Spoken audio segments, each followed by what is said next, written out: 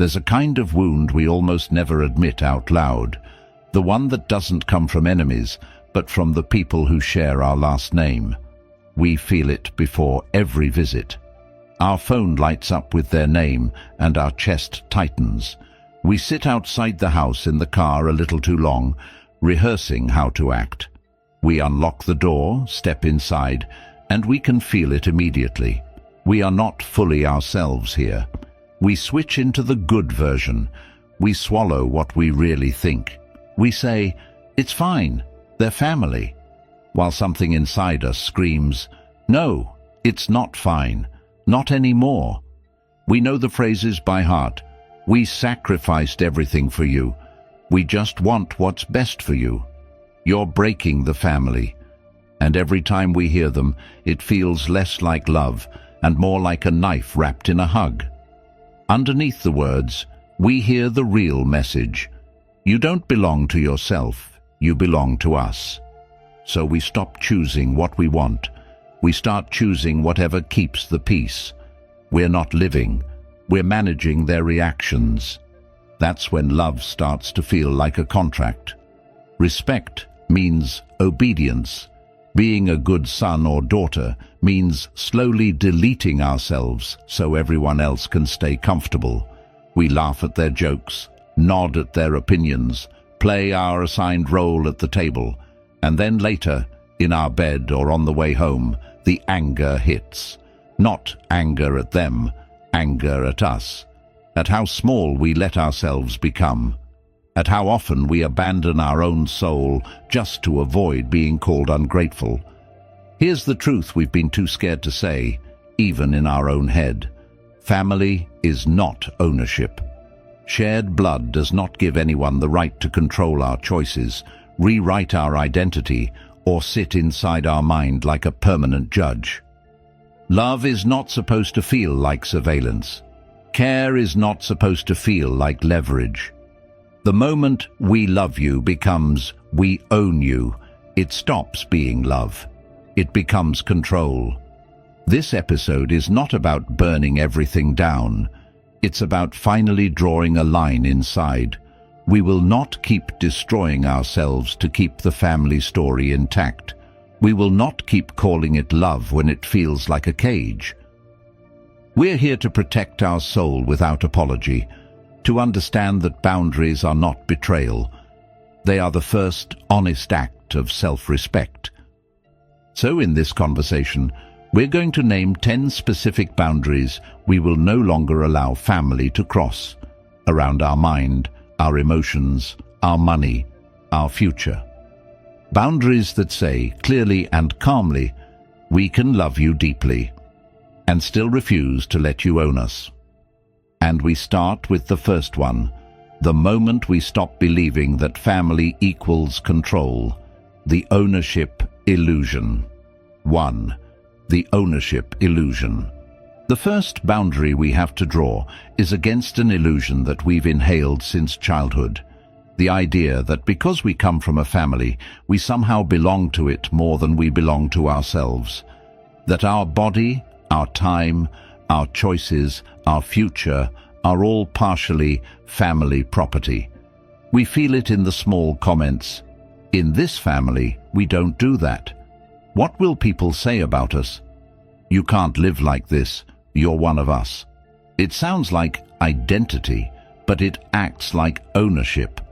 And somewhere along the way, we start to move through life as if we're not a person first. We're a role first. The good child, the quiet one, the responsible one, the one who always picks up the phone, always says yes, always sacrifices their own path to keep the family script intact. If we're honest with ourselves, we know how heavy that feels. We say, "I'm going to visit my family," but what we really mean is, "I'm going back into the version of myself they're comfortable with." We edit what we say. We downplay what we want. We hide parts of who we are because we've learned, through years of subtle reactions, what is acceptable and what is too much. And then we wonder why we feel like strangers in our own life. We're not just carrying a last name, We're carrying a silent contract. Don't embarrass us. Don't outgrow us. Don't choose yourself in a way that makes us uncomfortable. The ownership illusion works like this. We raised you, therefore we get a say in who you become. On the surface, it can look like care, advice, concern. But if we listen carefully, we can hear when it crosses the line. It's not, "What do you really want?" It's, "Here's what you should do." It's not, "We're proud of you for thinking for yourself." It's, "After everything we did, you're going to choose that." The message underneath is clear. Your life is not fully yours. Your identity is a family project. You are an extension, not an individual. Breaking that illusion doesn't mean we stop loving our family.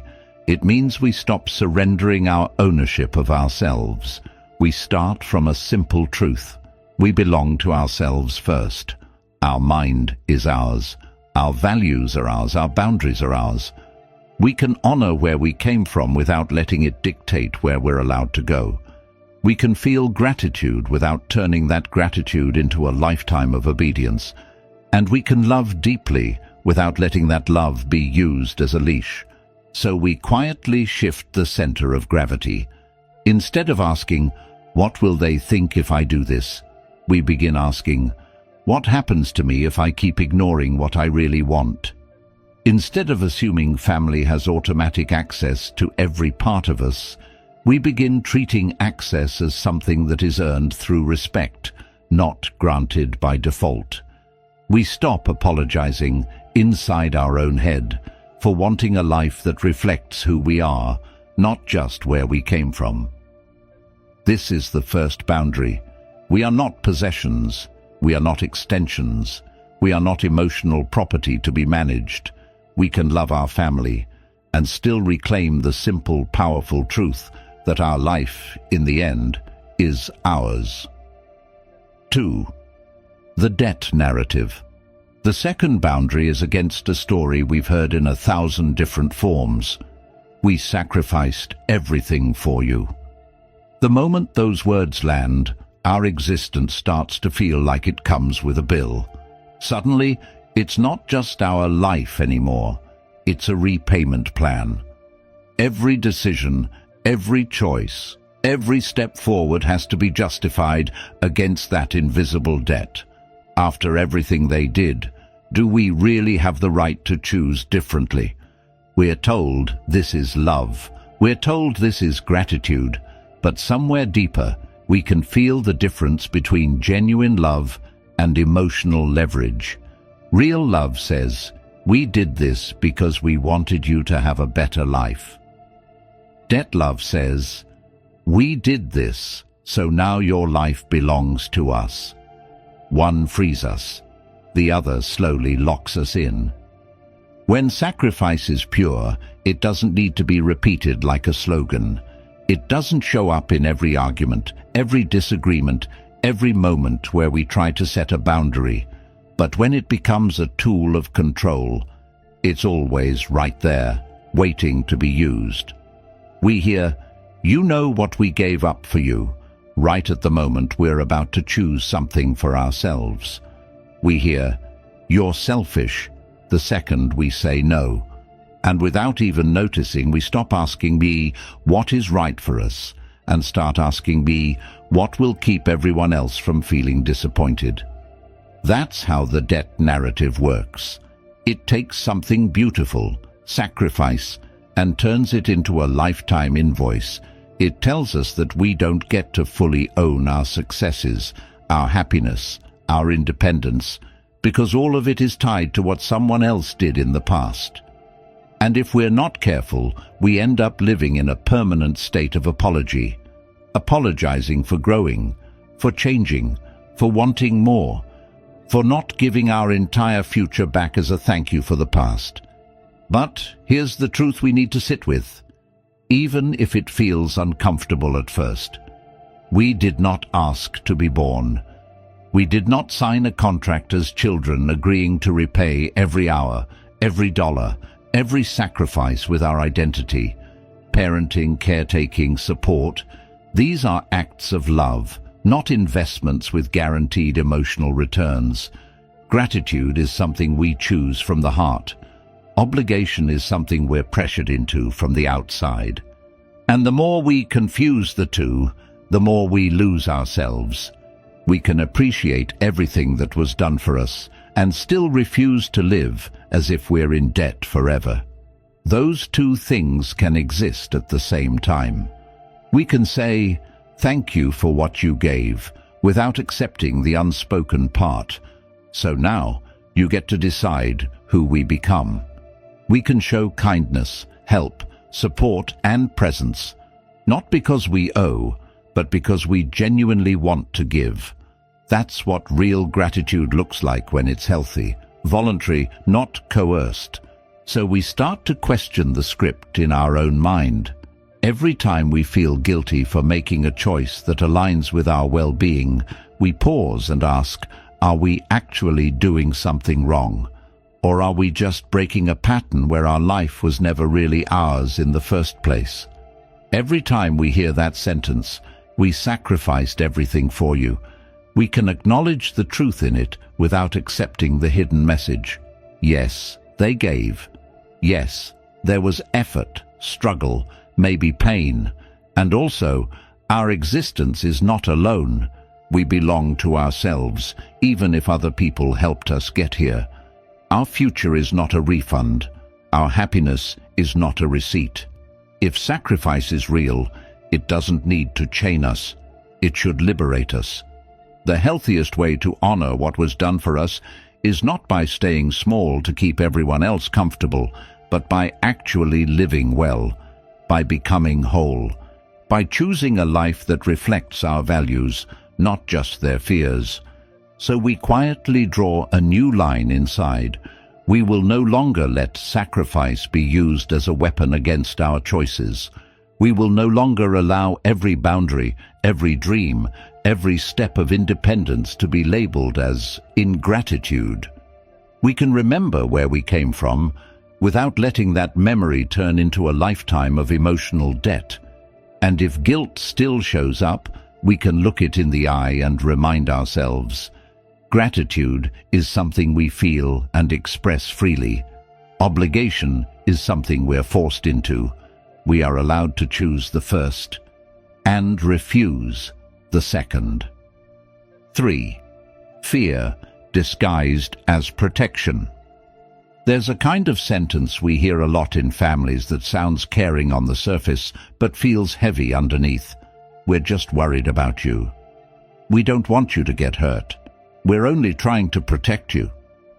And the strange thing is, every time we hear it, something inside us shrinks a little. Not because protection is bad, but because we can feel that what's being protected is not our well-being. It's their fear. When we look closely, a lot of what gets called family wisdom is really generational anxiety in a nicer outfit. Don't start that business, it's too risky. Don't move to that city, it's far from us. Don't end that relationship, you'll regret it. On the surface, it sounds like guidance, but the pattern is always the same. Stay close, stay small, stay familiar.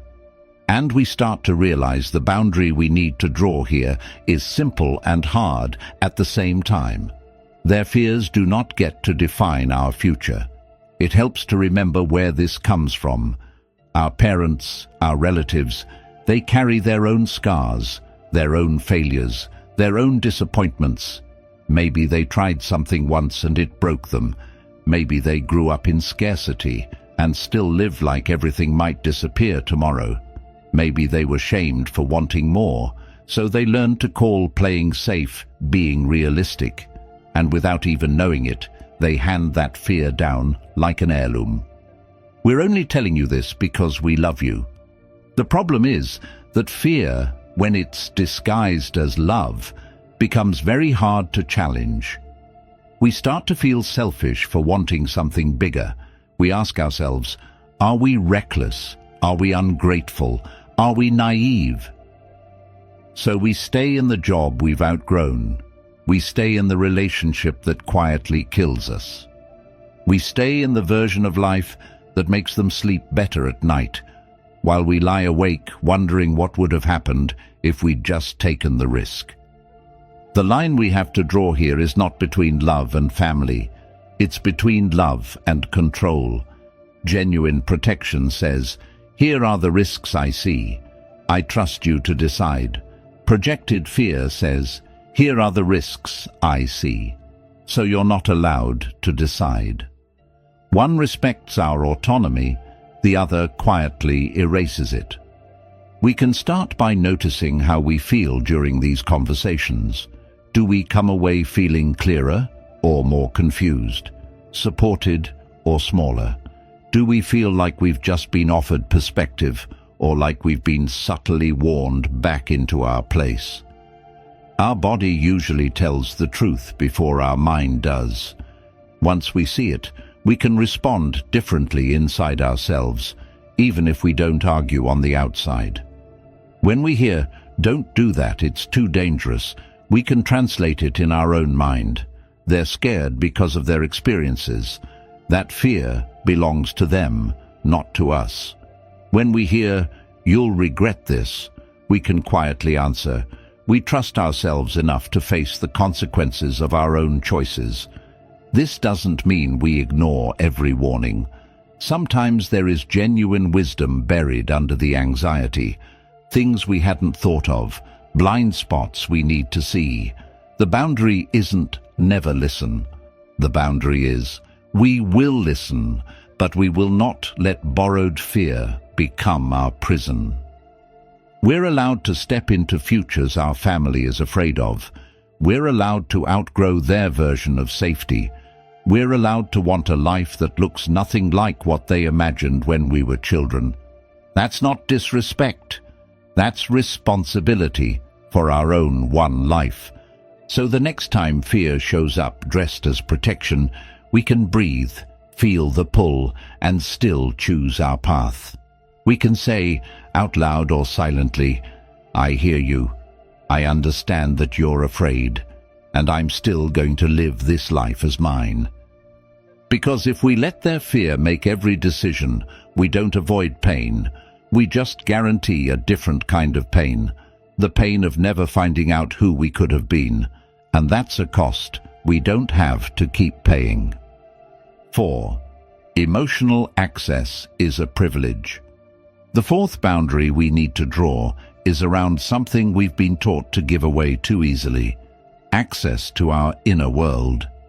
Because somewhere along the way, we absorbed the idea that if someone is family, they automatically have the right to know everything: what we feel, what we think, who we love, what we fear, what we dream about at 3 in the morning when everything feels fragile.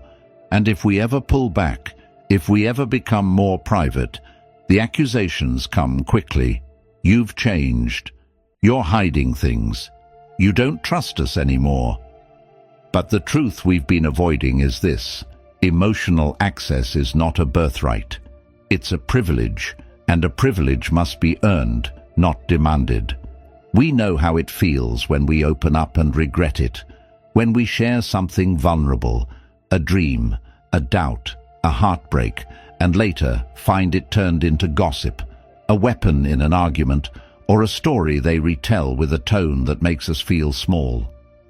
The next time we want to speak honestly, something in us tightens. We hesitate, we think twice, and then we judge ourselves for becoming distant, when in reality we're just responding to the evidence. It wasn't safe. We need to give ourselves permission to believe what our experience is showing us. If our honesty keeps coming back to hurt us, the solution is not share more and be stronger. The solution is step back and be wiser. Love does not mean giving someone unlimited access to our heart, no matter how they use it. Love can exist side by side with discretion. We belong to ourselves first, and that includes our emotional life. We are allowed to ask, who has shown us they can hold our feelings gently? Who has shown us they can disagree with us without mocking us? Who listens without turning every confession into evidence against us later? Those are the people who earn deeper access. Not the ones who demand it by saying, "But we're your family." We don't owe anyone our emotional nakedness. Not a parent, not a sibling, not a relative who thinks their age gives them the right to cross every line. We can be respectful, warm, even loving, and still choose what we keep for ourselves, or for the very few who have proven they can handle it with respect. That doesn't mean we become cold or closed off. It means we become intentional. We stop oversharing into unsafe spaces and then wondering why we feel exposed. We start treating our inner world like something valuable, not public property. We can share selectively, slowly, with those who show us through their behavior, not their words, that they can be trusted with our truth. So the boundary here is simple but powerful. No one gets automatic access to our deepest thoughts and feelings just because they helped raise us or share our blood. Emotional access must match emotional safety. If someone mocks our vulnerability, uses our secrets as leverage, or punishes our honesty, we are allowed to step back. We are allowed to say less. We are allowed to protect what is still tender in us. We're not cold for doing that. We're not dramatic. We're finally understanding that our inner world is not a family living room where anyone can walk in, sit down, and rearrange things. It's our space, our responsibility, our choice. And from now on, we choose to give that access carefully, consciously, and only where our dignity is safe. 5. Money does not equal ownership. The fifth boundary we have to draw is around one of the most powerful tools of control inside families: money, help, support, a loan, a house, a ticket, school fees. All of that can start as generosity and slowly transform into a chain. And we don't always notice when it happens. We just wake up one day and realize that every time we try to make a decision, we hear a silent reminder in the background: remember who paid for that. When money is healthy, it's an expression of care. We wanted to help you get started. We didn't want you to struggle alone. It creates space, reduces pressure, opens doors. But when money becomes a tool of control, the energy changes. The sentence stops being, "We helped because we love you," and starts sounding more like, "We helped you, so now your life is subject to our approval." The support didn't disappear, but our freedom did. We feel it in the way conversations shift. We mention a choice we want to make, and suddenly we're reminded of bills, tuition, a down payment, a transfer. After everything we've spent on you, this is what you're going to do. The message underneath is clear. Our money bought a vote in your decisions, and if we're not careful, we start believing it. We start acting as if financial help automatically includes moral authority. But here's the truth we need to say to ourselves clearly, even if we never say it out loud to them: support is generosity, not ownership. Helping with money doesn't give anyone the right to manage our soul. A transfer into our bank account is not a signature on our identity. If someone chooses to give, that choice is theirs. What we do with our life is ours. That doesn't mean we act entitled or ungrateful. We can appreciate every act of help. We can acknowledge the weight it carried. We can feel genuine gratitude. The boundary isn't against help. The boundary is against leveraging that help forever. Because when every visit, every phone call, every disagreement is haunted by the memory of who paid for what, we're not in a relationship anymore. We're in a contract. We also have to be honest with ourselves.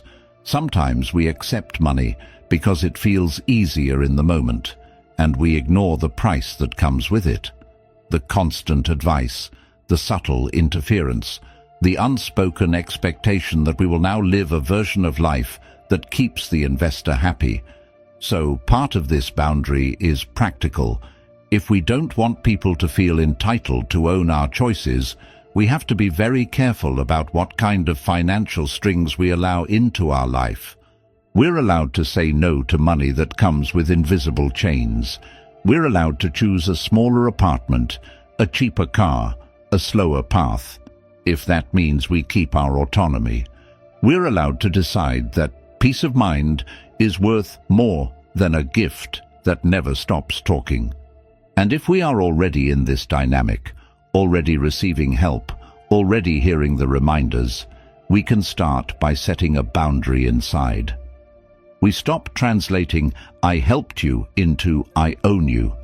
We remind ourselves quietly, they chose to give, and I chose to receive. That does not erase my right to choose my own life. If guilt shows up, we can feel it without letting it steer the wheel. We can also move step by step toward more independence. Not from pride, but from clarity. Maybe we start taking on more responsibility. Maybe we plan to pay back what we can, not because we must, but because it helps us reclaim our sense of equality. Maybe we simply stop justifying every decision as if we're on trial for misuse of funds. The boundary here is simple to name and hard to live. Their money does not buy our identity. Their support does not grant them permanent access to our choices. We can honor the help without surrendering the right to decide who we become. We are not a family investment portfolio. We are human beings with one life. And from now on, we are allowed to protect that life, even if it means saying no to support that feels more like a leash than a gift. 6. Brutality is not honesty. The sixth boundary we need to draw is around something many of us were taught to accept as truth, the idea that harshness equals honesty. We're just being real with you. Someone had to tell you the truth. If we don't say it, who will? On the surface, it sounds noble, like they're doing us a favor. But if we pay attention to how we feel afterward, we start to notice a pattern. We don't walk away clearer, we walk away smaller. We've been conditioned to believe that if criticism comes from family, we have to take it. That if it's wrapped in, "I'm only saying this because I care," we're not allowed to question the tone, the timing, or the impact. So we swallow comments that cut deep about our body, our life choices, our relationships, our career, our personality. You've gained weight. You're not serious about life. No wonder people leave you. All of it presented as just the truth. But truth doesn't need to humiliate us to be real. Truth doesn't have to strip us of dignity to be honest. What we're actually experiencing in those moments is not honesty, it's aggression dressed up as concern.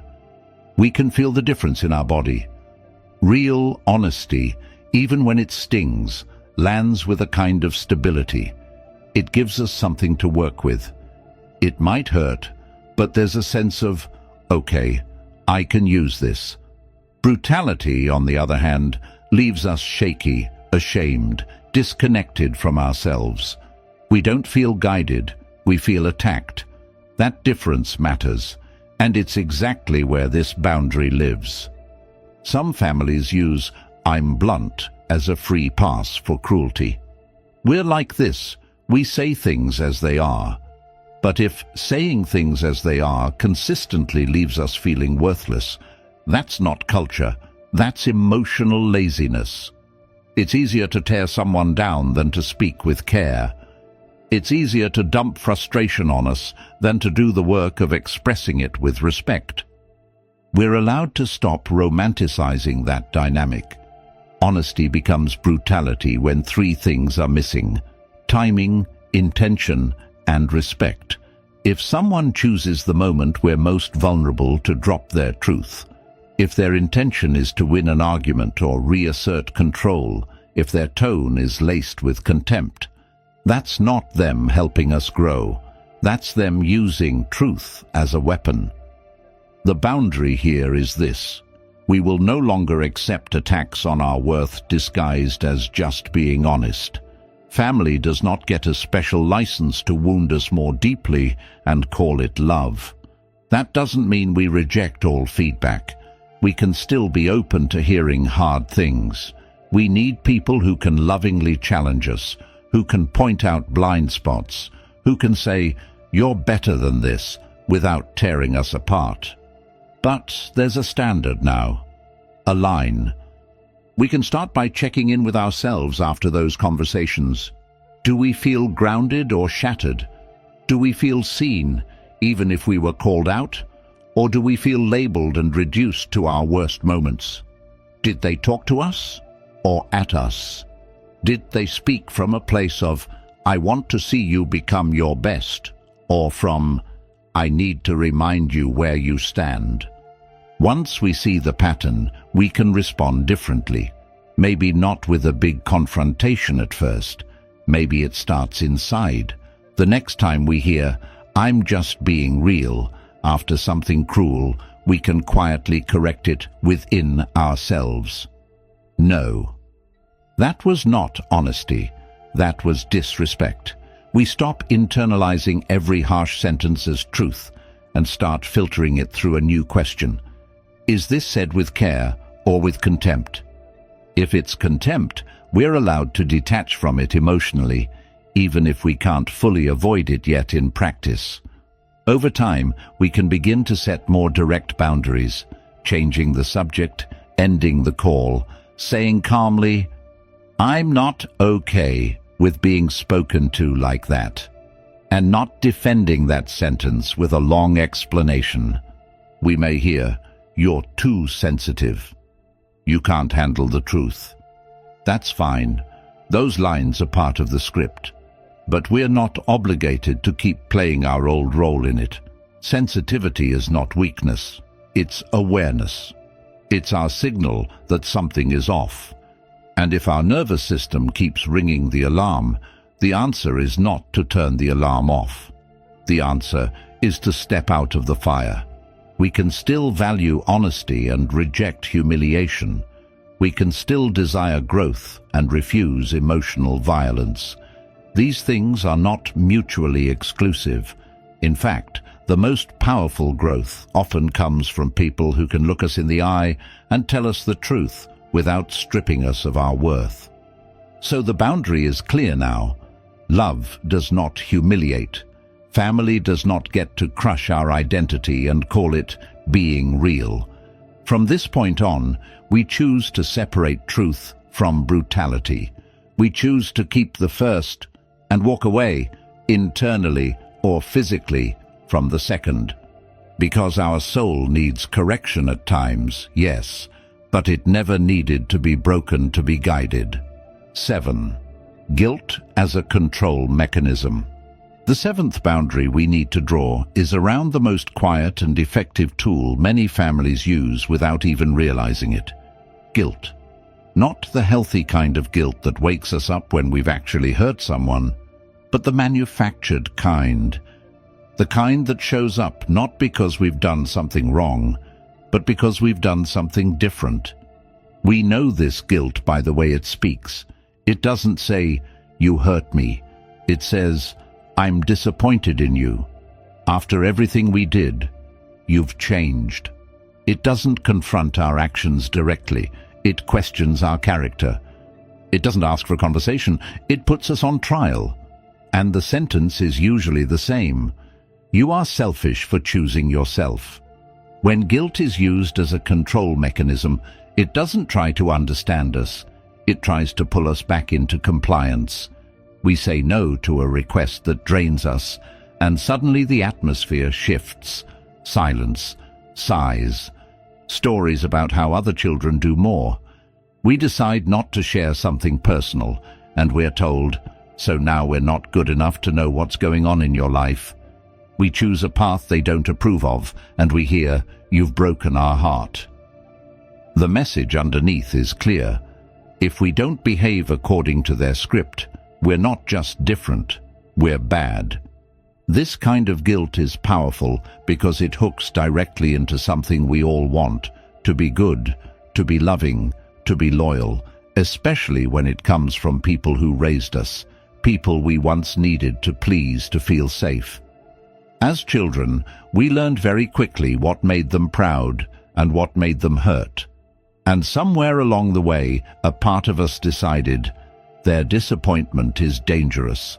Avoid it at all costs. The problem is that if we never update that wiring, we'll keep letting their emotions dictate our entire life, even as adults. We'll say yes when every part of us wants to say no. We'll go places we don't want to go. Stay in roles that suffocate us. Answer calls we're not emotionally ready for. Not because it's right, but because we're terrified of that look, that tone, that heavy silence that says, "You've failed us." The boundary we need here is a deep internal one. We are no longer responsible for managing other people's emotional weather when we're not doing anything wrong. Their sadness, their disappointment, their discomfort with our boundaries, that belongs to them. Our job is to be honest and respectful, not to sacrifice our mental health to keep everyone else from ever feeling upset. That doesn't mean we become careless or cruel. It means we start measuring our choices by alignment, not by guilt level. We start asking different questions. Instead of, "Will this make them mad?" we ask, "Is this true to who I am?" Instead of, "How do I avoid making them sad?" we ask, "How do I avoid abandoning myself again?" And when guilt does show up, and it will, we begin to slow down and examine it. Did I actually do something hurtful, or did I simply protect a boundary they don't like? If we genuinely acted out of selfishness or cruelty, then, yes, we repair. We apologize. We grow. But if all we did was say no to something that drained us, choose a different path, or refuse to be controlled, then the guilt we feel is not moral truth. It's conditioning. We're allowed to feel guilty and still keep the boundary anyway. That's one of the hardest parts of healing, learning that guilt is not always a signal to turn back. Sometimes it's just the echo of an old system losing its hold on us. We can begin responding differently, even in small ways. When someone says, "You've disappointed us," instead of instantly collapsing into apology, we can hold steady inside and think, "They're disappointed because I didn't obey, not because I did something wrong." We don't have to say that out loud, but we can let it shape how we feel about ourselves in that moment. Over time, we might also learn to speak more directly. "I understand you're upset. I still need to make this choice." Or, "I hear that you wish I'd done it differently, but this is what's right for me." No defense, no long essay, just calm clarity. And if the emotional theater continues, tears, silence, accusations, we remember, I can care about how they feel without surrendering my entire life to their emotions. The boundary is this: we refuse to let guilt be the steering wheel of our life. We refuse to let disappointment be a weapon that keeps us small. We refuse to keep confusing emotional manipulation with love. We can love our family deeply and still say, "Your feelings are yours, my choices are mine." And from that place, something shifts. We stop organizing our existence around not upsetting people. We start organizing it around not abandoning ourselves. 8. Your life is not a redemption arc. The 8th boundary we need to draw is against one of the most invisible forms of pressure we carry from family, the expectation that our life is supposed to fix what broke in theirs.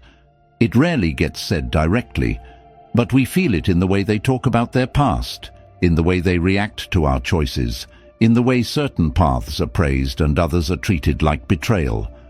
Somewhere under the surface lives a quiet message: don't repeat our mistakes, redeem them. We can feel this most strongly when we choose something different from what they wanted for themselves. The parent who wanted to be a doctor pushes us toward medicine. The one who never left home wants us to stay close so their loneliness doesn't echo as loudly. The one who married too early wants us to do it right this time. The one who never chased a dream wants to live it indirectly through us. And slowly, without naming it, we stop living our own story and start performing in a sequel to theirs. It becomes clear in the language: don't waste the opportunities we never had. You have to succeed where we failed. Our name must mean something through you. At first, this might sound like motivation. It might even feel flattering, like we're important, like our life matters. But if we're honest, there's a heaviness attached to it. Because now, every step we take isn't just about our joy, our truth, our growth. It's about carrying the emotional weight of everything they didn't get to be. That's where the boundary needs to go. We can honor their story without turning our own into a correction of it. We can feel compassion for their regrets without allowing those regrets to script our future. Their unfulfilled dreams are real. Their pain is real. Their sacrifices, their missed chances, their what-ifs, all of it deserves empathy. But none of it is our responsibility to fix. We weren't brought into this world to complete someone else's arc. We weren't born as a second chance walking on two legs.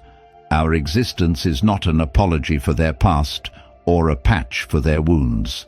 When we let our choices be driven by the need to heal someone else's regrets, we don't escape pain. We just trade their sorrow for our resentment. We can see it in moments where we hesitate to choose what we truly want, because a voice inside whispers, they'll be disappointed. This isn't the life they imagined for us. We might avoid a career we love because it doesn't look impressive enough on the family resume. We might stay in a relationship that doesn't fit us because it matches the story they wanted. Stability, respectability, the right image. Then we look up years later and realize we've lived a life that photographs well, but doesn't feel honest when we're alone. The shift begins when we quietly admit the truth. Their healing is not our job. Their unrealized dreams are not our assignment. Their narrative is theirs to process, grieve, and, if they choose, transform. Our responsibility is to live a life that is true to who we are, not one that makes their past easier to look at. That doesn't mean we dismiss everything they wanted for us. Sometimes their hopes overlap with what's genuinely good for us. The difference is in the source.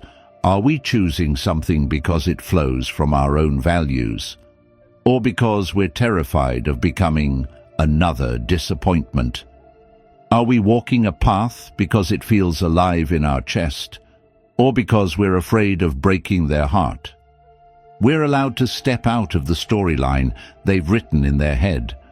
We're allowed to choose a profession they don't fully understand, a place they never imagined us living, a pace of life that doesn't match their timeline. We're allowed to say, I see what you wished for, and I still have to follow what's real for me. The boundary here is internal first.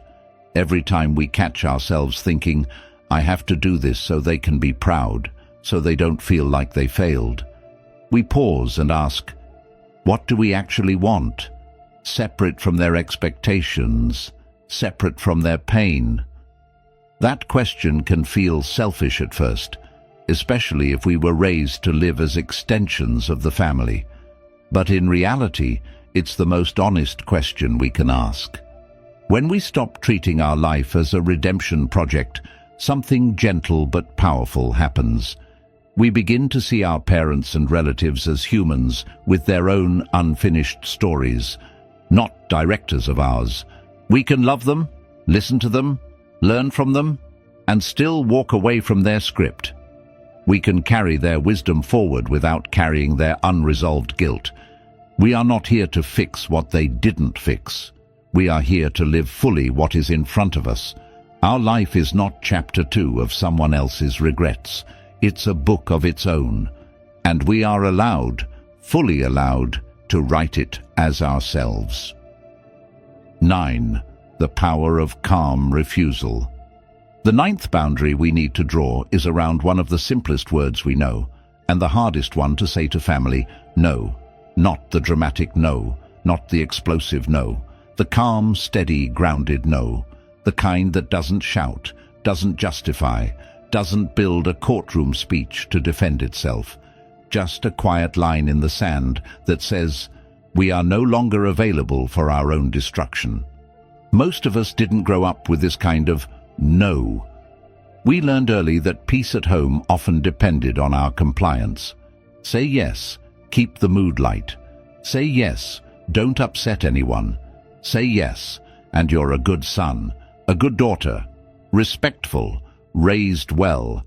And if we ever dared to say no, the air got heavier, faces changed, the room went quiet. Suddenly we weren't just disagreeing, we were ungrateful, rude, too proud. Little by little, we trained ourselves to avoid that reaction at all costs, so we overcommitted. We agreed to conversations that drained us. We allowed comments that hurt us. We said yes to visits, favors, responsibilities, even financial burdens that we didn't have the capacity for, because somewhere inside we were more afraid of their disappointment than of our own exhaustion. This is where calm refusal becomes an act of self-respect. The calm no is very different from the defensive one. Defensive no tries to convince them, I can't because I'm tired, because I already did this and that. It piles on explanations, hoping that if we present enough evidence, they'll grant us permission to take care of ourselves. But that still puts them in the position of judge. They get to decide if our reasons are valid. A calm no is built on a different foundation. We are not asking anyone to approve our boundary. We're simply expressing it. We might say, no, I can't do that, and leave the sentence as it is. We might say, no, I won't be coming, without filling the silence with panic and over-justification. The power isn't in the word itself. It's in the energy behind it. Quiet, unmoved, not harsh, not apologetic, just clear. Of course, the first time we do this, the reaction might be intense. We may hear, so now you're too good for us. You've changed. This is what you've become. That's expected. Systems don't like losing control. When we've been the one who always bends, our shift into stillness will feel like rebellion to people who benefited from our flexibility. But our job in that moment is not to fix their feelings. It's to hold our ground without exploding. If we escalate, the focus becomes our tone, our anger, our disrespect. If we stay steady, the focus slowly returns to reality. We're simply making a choice about our own limits. Calm refusal is not cruelty. We're not punishing anyone. We're not trying to hurt, embarrass, or prove a point. We're simply saying, our energy is not infinite, our time is not endless, and our identity is not available for constant negotiation. Sometimes the most powerful thing we can do is offer no performance at all, no emotional theater, no back-and-forth wrestling match, just, no, I'm not doing that, and then letting the silence belong to them, not to us. Their discomfort is theirs to process. And beneath all the noise, something important starts to happen inside us. We begin to realize that we can survive their disappointment, that we don't crumble when someone is upset with us, that we can still be loving, still be present in the ways that are healthy, while refusing the requests that drain our soul. Over time, our nervous system starts to learn a new truth. Saying no does not equal exile. Saying no does not mean we've become bad, broken, or ungrateful. It simply means we're no longer willing to sacrifice our mental and emotional stability to keep every demand satisfied. So this boundary is simple and radical at the same time.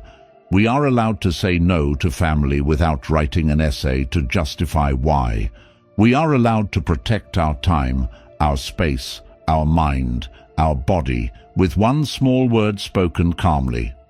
We can love them. We can still say no. If you're ready, the last boundary takes this even further. What happens when no is not enough, and the most loving thing we can do for ourselves is distance? 10. Strategic distance. The 10th boundary is the one we hope we never have to use, but for many of us, it's the one that saves us. Distance. Not the dramatic kind built on screaming matches and slammed doors, but the intentional kind. The kind that says, I can't keep standing this close to the fire and pretending I'm not burning. We're taught that staying close to family, no matter what, automatically equals loyalty, love, and good character. We hear, but they're your family, as if biology alone should override every emotional bruise, every repeated wound, every pattern that's slowly eroding our self-respect. And for a long time, we might believe it. So we stay, we endure, we tell ourselves, it's not that bad, even as our body keeps tightening before every visit, every call, every message. Strategic distance begins the moment we stop gaslighting ourselves about how much something hurts. It's not betrayal to admit that certain dynamics are costing us too much. It's not cruelty to realize that being constantly available to people who repeatedly cross our boundaries is slowly killing our peace. Sometimes, the most honest sentence we can whisper to ourselves is, I can love them, but I can't be this close to them and stay healthy. Distance doesn't always mean cutting off contact completely. Sometimes it's emotional distance, sharing less, reacting less, not letting every comment land inside our chest. Sometimes it's physical distance, shorter visits, fewer overnight stays, leaving when the energy shifts instead of staying to prove we're not sensitive. Sometimes it's time distance, taking longer breaks between interactions so our nervous system can breathe. This is why it's strategic. It's not about revenge, punishment, or making a point. It's about designing the amount of contact that allows us to remain grounded, sane, and true to ourselves. We might feel guilty just thinking about it. The old script shows up fast. You're abandoning them. You're breaking the family. You're ungrateful. But if we listen closely, we'll hear something else quietly rising under that guilt. Relief. The possibility of waking up one day and realizing we're not emotionally exhausted from fighting the same battles over and over. The possibility of remembering who we are when we're not constantly bracing for impact. Strategic distance is a boundary that says, proximity is not proof of love, peace is. We can be in the same room and still be completely disconnected.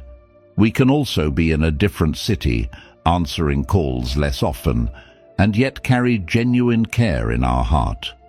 Love is not measured in how much discomfort we can tolerate.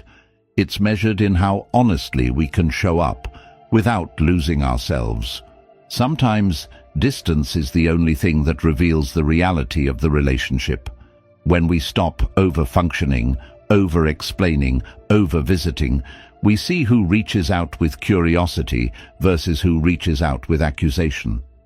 We see who can respect our space versus who panics the moment we're no longer constantly available. We see who wants relationship and who just wants control. We're allowed to create that space without making a dramatic announcement.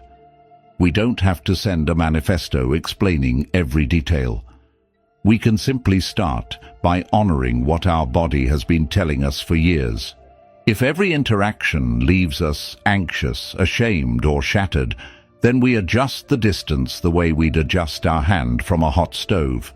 Not because we hate the stove, because we'd like to keep our skin. There will be people who call this selfish.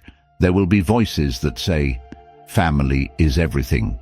But here's the part no one likes to say out loud. If family is everything means we are nothing, then something is deeply wrong. And we are allowed to step back until we can exist as a whole person again, not just a role in someone else's drama. Strategic distance is not the opposite of love. Sometimes it is love for ourselves, and even in a strange way, for them. Because when we stop showing up as a resentful, depleted, hollow version of ourselves, we stop feeding the dysfunction. We stop pretending everything is fine. And from that truth, whether they ever accept it or not, we finally start living. So this last boundary is quiet but powerful. We give ourselves permission to step away as far as we need to, for as long as we need to heal what constant contact kept reopening. We can still wish them well. We can still answer if there is real emergency. We can still hold good memories in our heart. But we no longer sacrifice our mental health just to prove we are good family. Because in the end, protecting our soul is not betrayal. It's the first honest act of loyalty to the one person we are guaranteed to live with for the rest of our life, ourselves. There's a moment, somewhere in all of this, where we finally stop asking, am I a bad person for feeling this way about my family? And start asking a different question. How much of myself am I willing to lose to keep everyone else comfortable? Because that's what these boundaries are really about. Not rebellion, not disrespect, not turning cold. They're about ending a pattern we've been trapped in for years, the pattern of quietly abandoning ourselves in the name of love. The pattern of confusing ownership with care, guilt with loyalty, control with concern.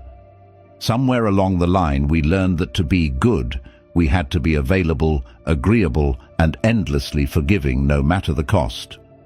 And the cost has been high.